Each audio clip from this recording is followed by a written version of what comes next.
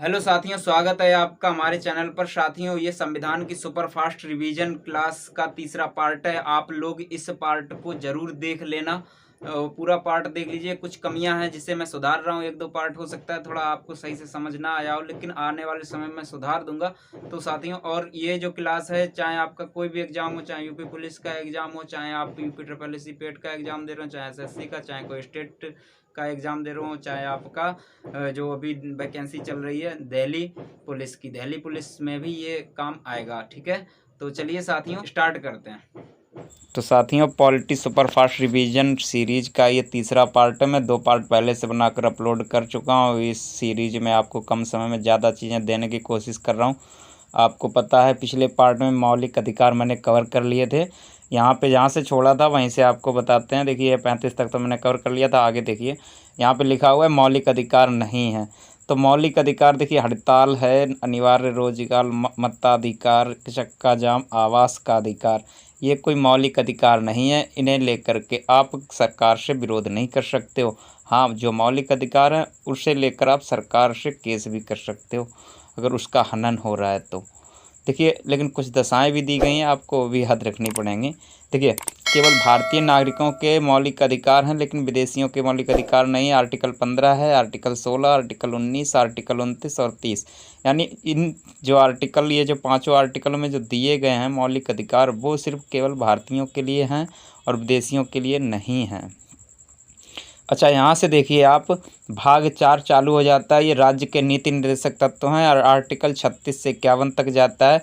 और ये लिया कहाँ से गया है? आयरलैंड से। ठीक है, राज्य के नीति निर्देशक तत्व कहाँ से लिए गए? आयरलैंड से। आयरलैंड ने कहाँ से लिए?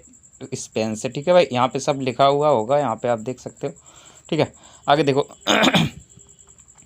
संविधान के संवैधानिक सलाहकार कौन थे? बी.एन. राव। अच्छा, यहाँ पे कुछ महान लोगों ने राज्य के नीति निर्देशक तत्व के प्रति कुछ बातें कही हैं, आपको थोड़ा सा याद रख लेना है।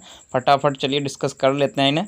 देखिए, यहाँ पे देखिए, बी.एन. राव ने कहा है ये 2 प्रकार के मौलिक अधिकार होने चाहिए। एक मौलिक अधिकार यानी मूल अधिकार, और दूसरा राज्य के नीति निर्देशक तत्व। ये कहा था बी.एन. राव ने। याद रखना, ये क्वेश्चन बहुत बार पूछा गया है कि बी.एन. राव संवैधानिक सलाह के सलाहकार थे। ठीक है भाई, आगे देखो, के.टी. शाह ने कहा था ये ऐसे बैंक का चेक है जो अपनी मर्जी से पैसा देता है। ये के.टी. शाह ने ये बात कही थी। आगे बी.आर. अम्बेडकर ने क्या कहा है? सरकार को मजबूत करेंगे, लोकतंत्र का विकास होगा। ठीक, ये किसने कहा था? बी.आर. अम्बेडकर ने। इसके अलावा एक बात और याद रखना, सामाजिक आर्थिक लोकतंत्र हैं, ये भी कहा था इन्होंने। क्या? राज्य के नीति निर्देशक तत्व। ठीक है, आर्टिकल 36 यहाँ से चालू हो जाता है। देखिए, आर्टिकल 36 में राज्य की परिभाषा, ये इंपॉर्टेंट आर्टिकल नहीं है लेकिन एक बार आप देख लो। ठीक है, राज्य की परिभाषा। अब राज्य की परिभाषा 1933 में एक मोंटेवीडियो एक जगह है जो कि उरुग्वे में पड़ती है। वहाँ पे एक कॉन्फ्रेंस हुई थी, यानी कह सकते हो मीटिंग हुई थी, जिसमें पूरे देश के, मतलब पूरे विश्व के जो महान लोग हैं उन लोगों ने यहाँ पे तय किया था कि राज्य हम किसे कहेंगे। तो राज्य के लिए यहाँ पे 4 तत्व होना अनिवार्य है। ये देखिए क्या क्या होना चाहिए। देखिए, क्षेत्र होना चाहिए, सरकार होना चाहिए, संप्रभुता होनी चाहिए, जनसंख्या होनी चाहिए।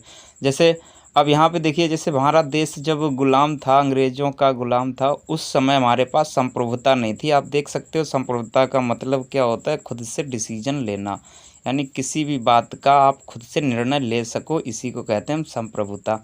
अच्छा, आगे आप देख सकते हो आर्टिकल 37 क्या कहता है? ये बाध्य योग नहीं है। यानी आर्टिकल 37 में कहा गया है कि आप अगर राज्य के नीति निर्देशक का अगर आपके साथ हनन हो रहा है तो आप सुप्रीम कोर्ट नहीं जा सकते हो। देखिए, लिखा हुआ सुप्रीम कोर्ट से प्रवर्तनीय नहीं है। अगर मौलिक अधिकार का हनन हो रहा है तो आप सुप्रीम कोर्ट, हाई कोर्ट कहीं भी जा सकते हो, कोई दिक्कत नहीं है।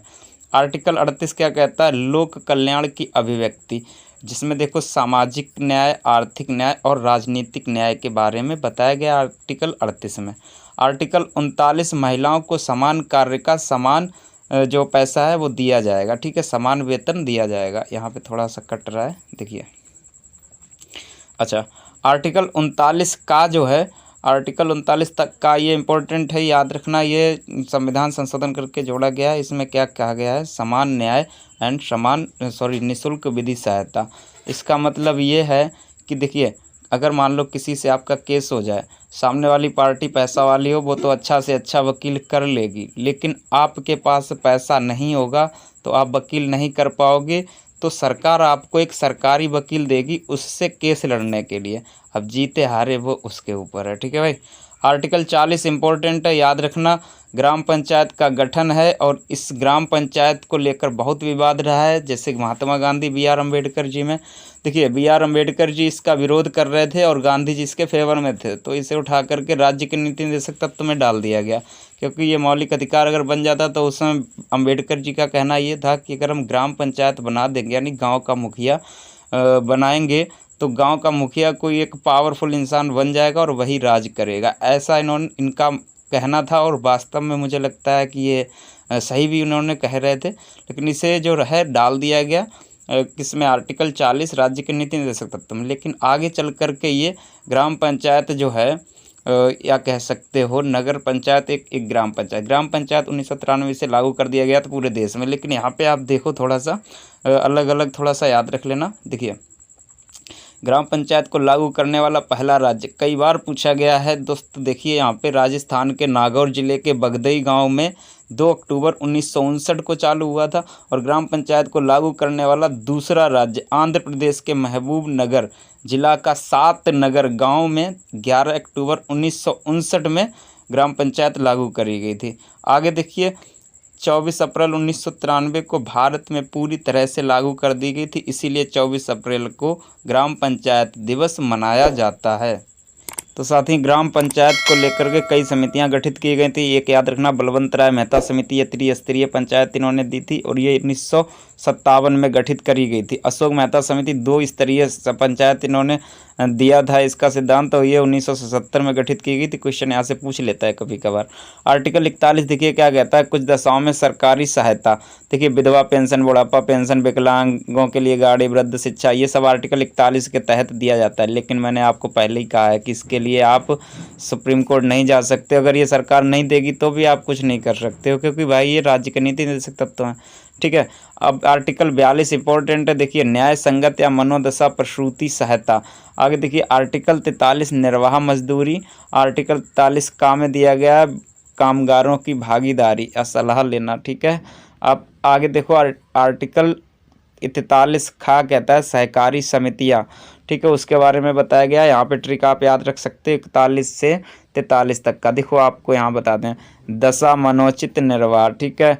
41 में देखिए कुछ दशाओं में सरकारी सहायता, दशा से आप दशाओं याद रख सकते हो। और यहाँ पे मनोदशा से आप न्याय संगत या मनोदशा प्रसूति सहायता याद रख सकते हो। और निर्वाह से निर्वाह मजदूरी आप आराम से याद रख पाओगे। वैसे ये इतना इम्पोर्टेंट नहीं है, एक बार पढ़ लो तो ज़्यादा अच्छा रहेगा। आर्टिकल 44 कहता है नागरिकों के सवाल समान सिविल संहिता। 2 प्रकार की है यहाँ पे, दंडनीय कानून, एक सिविल कानून। अब देखो, आर्टिकल 45 थोड़ा इम्पोर्टेंट बन जाता है, इसे पहले आप समझ लो। इसमें लिखा था पहले जब संविधान बना था, 0 से 6 बच्चों के लिए सरकार जो 0 से 6 तक के बच्चे हैं उनको सरकार उनकी हेल्थ का पूरा ख्याल रखेगी और 6 से 14 वर्ष के बच्चों को निःशुल्क शिक्षा देगी। लेकिन 6 से 14 वर्ष के बच्चों की जो निःशुल्क शिक्षा है, इसे 86वां संविधान संशोधन 2002 के तहत इसे आर्टिकल 21A में रख दिया गया है, जो कि अब ये मौलिक अधिकार बन चुका है। इस बात को भी याद रखना, ठीक है, जो कि 11वां हमारा मौलिक कर्तव्य भी है, ठीक है। देखो यहाँ पे 86वां संविधान संशोधन 2002 में इसे आर्टिकल 21A में रखा गया है, समझ रहे हो आप, सब लिखा हुआ है यहाँ पे आप देख सकते हो। और ये 11वां मौलिक कर्तव्य भी इसी में जोड़ा गया था, जो कि बच्चों को स्कूल में भेजना होगा। ये है हमारा 11वां मौलिक कर्तव्य। माता पिता का ये मतलब काम होगा कि बच्चों को ज़बरदस्ती स्कूल में भेजें। आगे देखिए, आर्टिकल 47 है पोषाहार स्तर, जीवन स्तर को ऊँचा करने, लोक स्वास्थ्य का सुधार करने का राज्य का कर्तव्य होगा। आर्टिकल 48 कहता है कृषि एवं पशुपालन से संबंधित आर्टिकल 48 है। आर्टिकल 48 का कहता है पर्यावरण का संरक्षण तथा संवर्धन एवं वन्य जीव वन की रक्षा करना। 42वां संविधान संशोधन 1976 में इसे जोड़ा गया था, ठीक है। आर्टिकल 49 क्या कहता है राष्ट्रीय महत्व के स्मारकों, स्थानों और वस्तुओं का संरक्षण। आर्टिकल 50 देखो यहाँ पे न्यायपालिका और कार्यपालिका का पृथक्करण, आप याद रख पाओगे 50-50, ठीक है। न्यायपालिका और कार्यपालिका का 50-50 इनका मतलब अलग किया गया आर्टिकल 50 के तहत। आर्टिकल 51 क्या कहता है अंतर्राष्ट्रीय शांति एवं सुरक्षा को बढ़ावा देना। तो साथियों आर्टिकल 51 यहाँ तक कवर हो जाते हैं। अच्छा, यहाँ पे सरकार को मैंने थोड़ा समझाया था, आपको बता दें सरकार हम किसे कहते हैं? देखिए, कार्यपालिका, न्यायपालिका और व्यवस्थापिका, इन तीनों को मिला दोगे तो बन जाती है हमारी सरकार। अब कार्यपालिका में आप देख लो कौन कौन होते हैं, राष्ट्रपति, मंत्री, IAS IPS जो अधिकारी वगैरह होते हैं ये। न्यायपालिका में सुप्रीम कोर्ट, हाई कोर्ट और डिस्ट्रिक्ट कोर्ट। और व्यवस्थापिका में होती है संसद, संसद में होता है लोकसभा, राज्यसभा, राष्ट्रपति। इसी प्रकार से विधानमंडल होता है राज्य में, इसमें होता है विधानसभा, विधान परिषद और राज्यपाल, ठीक है। और यूपी की बात करें, सीटें विधानसभा की हैं 403 और विधान परिषद की हैं 100, याद रख लेना। और इसके बाद आप लोकसभा की याद रखना 80 है, राज्यसभा की 31 है उत्तर प्रदेश में, ये भी बात याद रख लेना। तो साथियों अब आगे आता है आर्टिकल, यहाँ पे विधान परिषद वाले राज्य भी थोड़ा याद रख लो। सबसे पहले तो यहाँ पे देखिए आप कैसे याद रख पाओगे। देखो, उत्तर प्रदेश साथ बिहार, दो दो करके याद रख लो, आप आराम से याद रख पाओगे। इधर महाराष्ट्र लगा हुआ है, यहाँ कर्नाटक, इन्हें दो को याद रख लो। इधर तेलंगाना और आंध्र प्रदेश से तो तेलंगाना निकला ही है, ये भी याद रख पाओगे। ये जो हैं विधान परिषद वाले राज्य हैं, ये पहले 7 होते थे, अब 6 रह गए क्योंकि जम्मू कश्मीर को हटा दिया गया है। जम्मू कश्मीर भी पहले उसमें भी विधान परिषद होती थी। यहाँ पे सीटें भी लिखी हैं, आप एक बार पढ़ सकते हो। RPF में यहाँ से क्वेश्चन पूछ लिया जाता है, पिछली बार पूछे गए थे। आगे देखो यहाँ पे अब भाग 5, यहाँ से दोस्तों अगले पार्ट में यहाँ से पढ़ेंगे हम भाग 5 को। तो साथ वीडियो अच्छी लगी हो तो वीडियो को लाइक कीजिए, शेयर कीजिए, कमेंट कीजिए। और हाँ, आपको कुछ कमी लगी हो समझाने में या फिर कुछ भी आपको कमी लगी हो, आप कमेंट में ज़रूर बताइए। और कोई भी चीज़ आपको ऐसी हो जो समझ ना आई हो, आप कमेंट में पूछ सकते हो, मैं आपको पूरा कमेंट करके समझा दूंगा। तो चलिए साथियों, मिलते हैं नेक्स्ट वीडियो में। वीडियो को अंत तक देखने के लिए बहुत बहुत धन्यवाद। जय हिंद।